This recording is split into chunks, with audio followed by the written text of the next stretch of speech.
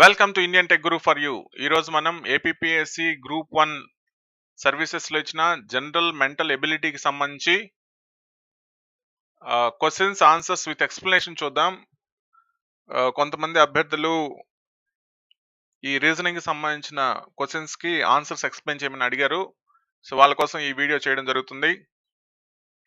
చూడండి, first question చూడండి. ప్రతి అంకె యొక్క మొదటి డిజిట్కు 2 కలిపితే ఏర్పడే ఏ అంకెలు 3తో భాగింపబడతాయి?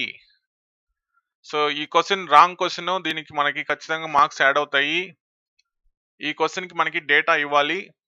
అంటే కొన్ని నెంబర్స్ ఇచ్చి ఆ నెంబర్స్కి మొదటి డిజిట్కి 2 కలిపితే వచ్చే రిజల్టెంట్ నెంబర్స్ లో ఎన్ని 3తో భాగింపడతాయి అనేది క్వశ్చన్ అన్నమాట. మీకు ఒక ఎగ్జాంపుల్ చూపిస్తాను. చూడండి, ఎగ్జాంపుల్ క్వశ్చన్ ఈ విధంగా ఇవ్వాలి. The following questions are based on the 5 3-digit numbers given below. ఇట్లా ఇచ్చి ముందు నెంబర్స్ ఇవ్వాలి. ఇక్కడ మనం చూసామంటే మనకి ఒక 1 2 3 4 5 నెంబర్స్ ఇచ్చేసి ఆ తర్వాత క్వశ్చన్ ఇచ్చారు. Question same question. If 2 added to the first digit of each of the numbers how many numbers thus formed will be divisible by 3 అనేది క్వశ్చన్ అన్నమాట. అంటే మనకి ఇంతకు ముందు ఇచ్చిన క్వశ్చనే ఇక్కడ ఇచ్చినారు. కాకుంటే ఈ డేటా అనేది మనకి ఇవ్వలేదు. డేటా ఇవ్వకుండా మనం ఈ క్వశ్చన్కి ఆన్సర్ చేయలేం. ఓకే, సో ఈ డేటాని బేస్ చేసుకొని మనం ఎట్లా చేయాలంటే, ఫర్ ఎగ్జాంపుల్ ఫస్ట్ నెంబర్ ఏంది 684. దీనికి ఏమి యాడ్ చేయమన్నాడు? 2 యాడ్ చేయమన్నాడు. దేనికి? ఫస్ట్ డిజిట్కి 2 యాడ్ చేస్తే ఏమొస్తుంది? 884 వస్తుంది. ఇప్పుడు 884 3తో డివైడ్ అవుతుందో లేదో చూడాలి. డివైడ్ కాదు. తర్వాత 512 మనం తీసుకున్నామంటే 512 ఫస్ట్ డిజిట్కి 2 యాడ్ చేయాలి. ఎంత వస్తుంది మనకి? 712 వస్తుంది. ఈ విధంగా ప్రతి నెంబర్కి 2 యాడ్ చేసుకొని వచ్చిన రిజల్ట్ మనకి 3తో డివైడ్ అవుతుందో లేదో చూసుకోవాలన్నమాట. కానీ మనకి ఇచ్చిన క్వశ్చన్లో అసలు డేటానే ఇవ్వలేదు. అటువంటిప్పుడు మనం ఈ క్వశ్చన్కి ఆన్సర్ పెట్టలేము. కాబట్టి దీనికి ఖచ్చితంగా మనకి మార్క్స్ అనేవి యాడ్ అవుతాయి, లేకుంటే ఆ క్వశ్చన్ని డిలీట్ చేసేస్తారు.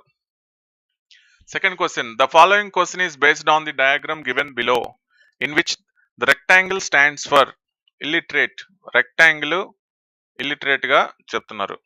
అంటే ఈ రెక్టాంగిల్ ఉండే వాళ్ళందరూ illiterates. The square stands for employed. Square లో ఉండే వాళ్ళందరూ ఎంప్లాయిడ్. ఓకే, అంటే రెండు కాంబినేషన్ తీసుకుంటే, ఫర్ ఎగ్జాంపుల్ ఈ ఏరియా తీసుకున్నాం అంటే ఎంప్లాయిడ్ ప్లస్ ఇల్లిటరేట్ అవుద్ది. ఈ ఏరియా ఎంప్లాయిడ్ ప్లస్ ఇల్లిటరేట్ అవుద్ది అనమాట, కాంబినేషన్. ఓకే, వీటిని వెన్ డయాగ్రామ్స్ అంటాము. నెక్స్ట్ తర్వాత ఏమన్నాడు? Triangle stands for farmers. ఈ ట్రయాంగిల్ మొత్తం కూడా ఫార్మర్స్ అన్నాడు.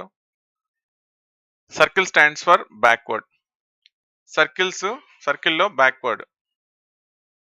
కాబట్టి ఇల్లిటరేట్స్, ఎంప్లాయిడ్, ఫార్మర్స్, బ్యాక్వర్డ్. ఇప్పుడు which of the following statements is not true అన్నాడు. సో దానికి ఏపీఎస్సి వాళ్ళు ఆన్సర్గా ఇది ఇచ్చారు. Some backward farmers who are employed are not illiterate అని మనకి ఆన్సర్ ఇచ్చారు. ఓకే, అంటే నాట్ ట్రూ అంటే మీనింగ్ ఏంది? దీన్ని మనం ఫాల్స్గా ప్రూవ్ చేయాలి. Some backward farmers who are employed అంటే బ్యాక్వర్డ్ అయి ఉండాలి, ఫార్మర్స్ అయి ఉండాలి, ఎంప్లాయిడ్ అయి ఉండాలి. ఈ మూడు కాంబినేషన్స్ అంటే మీనింగ్ ఏంది? స్క్వేర్లో ఉండాలి, రెక్టాంగిల్లో ఉండాలి, సర్కిల్లో ఉండాలి. ఈ మూడు ఏరియాస్ కలిపినవి ఎక్కడున్నాయో చూద్దాం. ఓకే, ఈ ఏరియా మనకి వస్తుంది. ఈ ఏరియా తీసుకున్నామంటే ఇది సర్కిల్లో ఉంది, అదేవిధంగా ఈ స్క్వేర్లో ఉంది, ఈ ట్రయాంగిల్లో ఉంది. కాబట్టి ఈ ఏరియా మనకు వస్తుంది.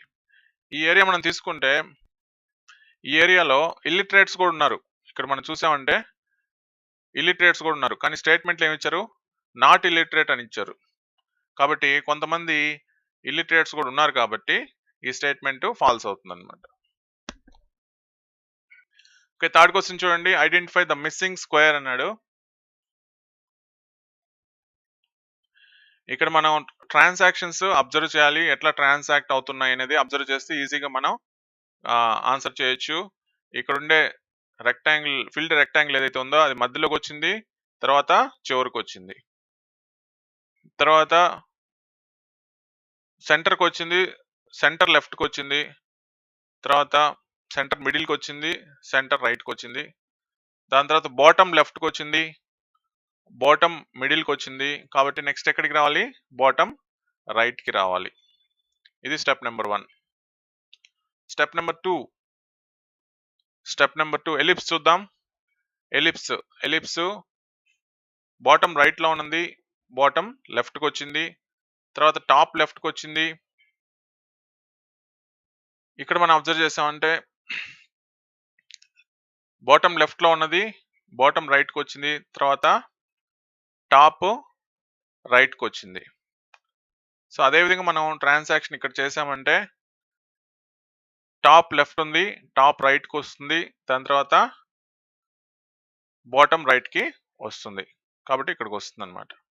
ఇప్పుడు యారో మార్క్ చూద్దాం.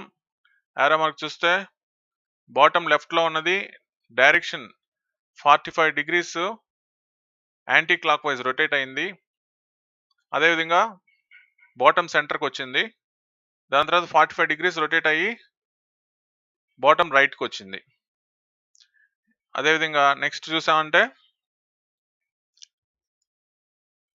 ఏం చేంజ్ కాలేదు, అదేవిధంగా ఉంది. ఇక్కడ చూసామంటే టాప్ రైట్ సైడ్లో ఉంది, టాప్ రైట్ సైడ్లో ఉన్నది 45 degrees anti clock wise rotate అయింది. సో ఇది 45 degrees anti clock wise rotate అయితే యారో మార్క్ ఈ విధంగా ఉండాలి. టాప్ రైట్ సైడ్లో ఉన్నది టాప్ మిడిల్కి వచ్చింది కాబట్టి నెక్స్ట్ ఎక్కడికి రావాలి? టాప్ లెఫ్ట్కి రావాలి. కాబట్టి టాప్ లెఫ్ట్కి వస్తుంది. కాబట్టి ఆన్సర్ ఇది అవుతుంది. నెక్స్ట్ 4వ ప్రశ్న చూడండి. సో 4వ ప్రశ్నలో మనం ఇటువంటి ప్రశ్నలు ఇచ్చినప్పుడు ముందుగా మనం చూడాల్సింది ఏంటంటే కంటిన్యూస్గా 3 లెటర్స్ ఎక్కడున్నాయనేది చూసుకోవాలి. ఇక్కడ మనం చూసామంటే రైట్ సైడ్ నుంచి మనం తీసుకున్నామంటే ఈజీగా మనకు అర్థం అవుతుంది. BAC అనే కాంబినేషన్ కంటిన్యూస్గా ఉంది. ఇక్కడ కూడా BAC అనే కాంబినేషన్ కంటిన్యూస్గా ఉంది. సో BAC తీసుకున్నామంటే నెక్స్ట్ ఈ 3 లెటర్స్ తీసుకున్నామంటే B-C ఉంది. కాబట్టి మధ్యలో ఏం ఉండాలి? A ఉండాలి. తర్వాత ఈ 3 లెటర్స్ తీసుకున్నామంటే BAC కాంబినేషన్ కాబట్టి ఇక్కడ B ఉండాలి. తర్వాత BAC వాళ్ళే ఇచ్చేశారు. దాని తర్వాత BA డాష్ ఇచ్చారు, డాష్లో C ఉండాలి. తర్వాత BA డాష్ ఇచ్చారు, డాష్లో C ఉండాలి. కాబట్టి మనకి ఏమొచ్చింది? CCBA ఆన్సర్గా వచ్చింది. నెక్స్ట్ 5వ ప్రశ్న చూడండి. 5th క్వశ్చన్ చాలా ఈజీగా ఇచ్చాడు. ఏబిని ఒక గ్రూప్గా తీసుకోండి. తర్వాత CD, EF, దాని తర్వాత ఏమొస్తుంది? GH వస్తుంది. తర్వాత ఈ మిగిలినవి చూడండి. N, O, P, Q వస్తుంది. కాబట్టి ఈజీగా ఆన్సర్ చెప్పేయచ్చు, GHQ. నెక్స్ట్ 6th క్వశ్చన్ చూడండి. బ్యాగ్ ఈక్వల్ టు 71 అన్నాడు.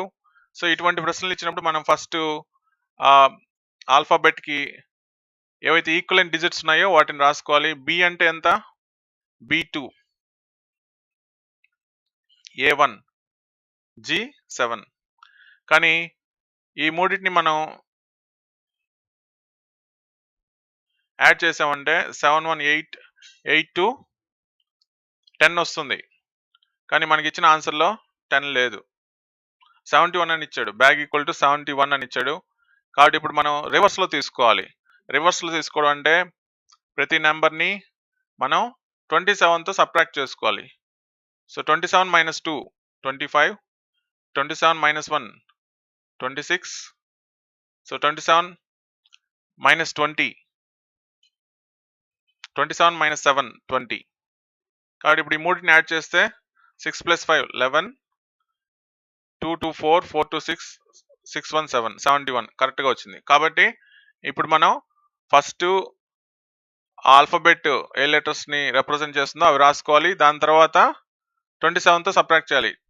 అప్పుడు మనకి కరెక్ట్ ఆన్సర్ వస్తుంది. ఇప్పుడు 71 మ్యాచ్ అయింది కాబట్టి ఇప్పుడు వైస్కి చూద్దాం. VICE. ఓకే, C అంటే ABC 3, E అంటే 5, I అంటే 9, V అంటే VWXYZ, 26, 25, 24, 23, 22, V అంటే 22. ఇప్పుడు డైరెక్ట్గా యాడ్ చేయకూడదు, వీటిని మనం ఏం చేయాలి, 27తో సబ్ట్రాక్ట్ చేయాలి. 27 - 22 5, 27 - 9 18, 27 - 3 24, 27 - 5 22. ఇప్పుడు వీటన్నిటిని యాడ్ చేద్దాం. 8 5 13, 13 4 17, 17 2 19. సో 3 + 3 6, 69. కాబట్టి ఆన్సర్ 69 వస్తుంది. ఈ విధంగా మనం ఇచ్చిన సీక్వెన్స్ డైరెక్ట్గా ఆ నెంబర్స్ ఇచ్చాడా లేకుంటే రివర్స్ నెంబర్స్ ఇచ్చాడా అనేది చూసుకొని దాన్ని బట్టి మనం రిప్రజెంట్ చేయాలి. అంటే సింపుల్ లాజిక్, ఏ 1ని రిప్రజెంట్ చేస్తే దాన్ని ఏకి రివర్స్ నెంబర్ అనేది జెడ్ కదా, జెడ్ అనేది దేన్ని రిప్రజెంట్ చేస్తుంది, 26ని రిప్రజెంట్ చేస్తుంది. సో ఈ 1 నుంచి 26 ఎట్లా వస్తుంది, 27తో 1ని సబ్ట్రాక్ట్ చేస్తే 26 వస్తుంది. కాబట్టి 27తో సబ్ట్రాక్ట్ చేయాలి, అప్పుడు మనకి రివర్స్ నెంబర్స్ వస్తాయి. నెక్స్ట్ 7th క్వశ్చన్ చూడండి. In a certain coding system sheep, SHEEP, sheep is written as GAXXR.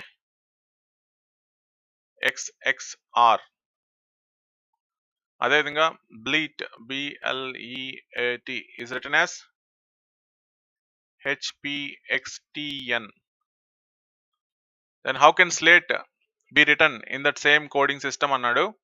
Simple logic, S కి ఈక్వలెంట్ ఏదో చూసుకోవాలి. స్లేట్ లో SLATE ఉన్నాయి కాబట్టి S కి ఈక్వలెంట్ G, కాబట్టి ఫస్ట్ G వస్తుంది. నెక్స్ట్ L కి దేంట్లో ఉన్నా పర్లేదు, దాంట్లో అయినా ఉండొచ్చు, దీంట్లో అయినా ఉండొచ్చు.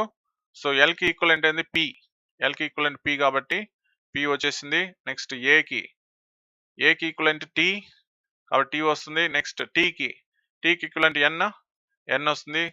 E కి ఈక్వలెంట్ X కాబట్టి X వస్తుంది. ఈ విధంగా GPTNX అని ఈజీగా మనం చెప్పేయచ్చు.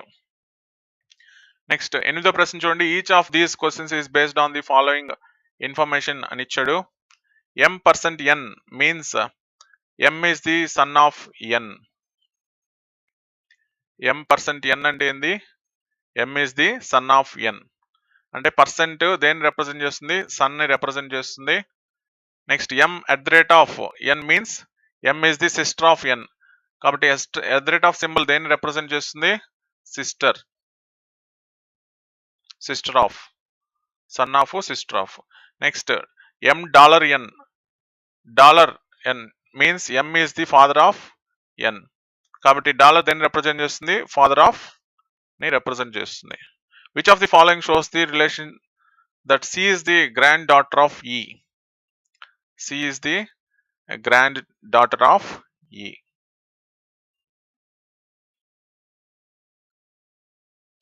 సో ఫస్ట్ మనం చూసుకోవాల్సింది C is the grand daughter of E అన్నాడు కాబట్టి లెఫ్ట్ మోస్ట్ C ఉండాలి, రైట్ మోస్ట్ E ఉండాలి. లెఫ్ట్ మోస్ట్ C ఉండాలి, రైట్ మోస్ట్ E ఉండాలి. ఆ విధంగా ఏదైనా ఒక పర్టికులర్ ఆన్సర్ ఉంటే ఇంక మనం ఏం చేయాల్సిన అవసరం లేదు, డైరెక్ట్గా ఆన్సర్ పెట్టేసుకోవచ్చు. ఓకే, సో ఇప్పుడు మనం చూసామంటే రైట్ సైడ్ నుంచి వద్దాము. F%E అన్నాడు. పర్సెంట్ అంటే son of. Okay, F is son of E. తర్వాత B%F, B is son of F. తర్వాత C@B, C is sister of B. Okay, ఇది మనం చూసుకోవాల్సింది. కాబట్టి ఇప్పుడు ఈకి F అనే అతను కొడుకు అవుతాడు. తర్వాత Fకి B అనే అతను కొడుకు అవుతాడు. అంటే ఈకి B ఏమవుతాడు, మనవడు అవుతాడు.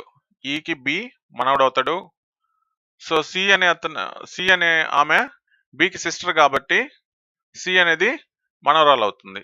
కాబట్టి మనం ఈజీగా ఆన్సర్ చేయొచ్చు. ఓకే, సో దీన్ని బట్టి మనం C is the grand daughter of E అని చెప్పొచ్చు. Next question, if p plus q represents p is the husband of q, అంటే ప్లస్ ఏం రిప్రజెంట్ చేస్తుంది, హస్బెండ్ ఆఫ్.